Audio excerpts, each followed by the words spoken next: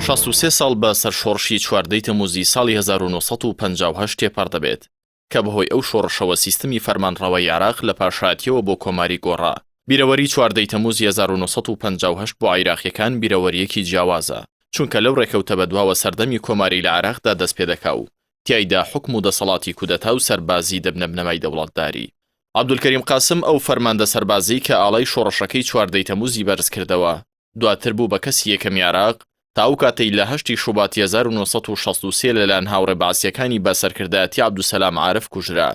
باپەی سەرچاوە مێژوویەکان عەبدولکەریم قاسم نەیتوانیوە لە ململانەکانی ناوخۆ و دەرەوە ئیدارەیەکی سیاسی سەرکەوتو و تەکنیک و دیبلۆماسیەت بەکار بهێنێت، بەمەش دوژمنی زۆری لە ناوخۆ و دەرەوە بۆ خۆی دروست کردووە، هەر بۆیە ساڵانی دەسەڵاتی هەمووی ململانێ بووە.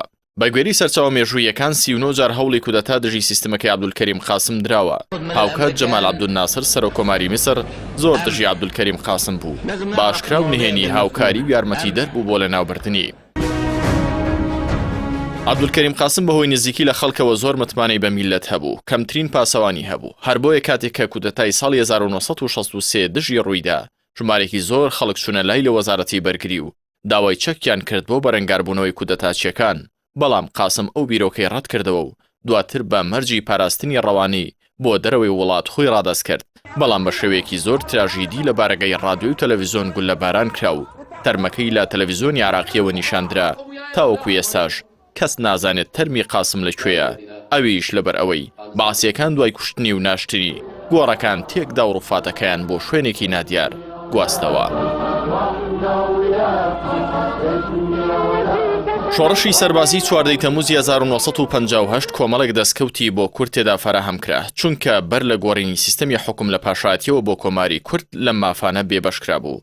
لە گرنگترین دەستکەوتەکانی چواردەی تەموز بۆ کورد بریتی بوون لە مادەی 2 دەستوری عێراق کە تیایدا ئەوە دەستنیشانکرا کورد و عەرەب هاوبەشن لە ئەرک و مافدا، ئەمەش بووە فەرمیبوونی مافی کورد لە چوارچێوەی کۆماری عێراقدا. هەروەها بڕیاردرا زەوی بەسەر جووتیارانی کووردا دابەش بکرێت بۆ زیاتر برەودان بە کەرتی کشت و کاڵ. بڕیاردرا لە بەری فەرمانبەری عەرەب فەرمانبەری کورد لە سنووری کوردستان دابمەزرێن بۆ ڕایکردنی کاروباری هاوڵاتیان. هەروەها خێرۆڵە عەبدولکەریم و عەزەت عەبدولعەزیز، محەممەد مەحموود قودسی و مستەفا خۆشناو بە شەهیدی نیشتیمان هەژمار کران. ئەم چوار ئەفسەرە کووردە پێشتر لە سەردەمی پاشایەتی ساڵی 1947 باپەی بڕیاری دادگەی سەربازی لە سێدارە درابوون.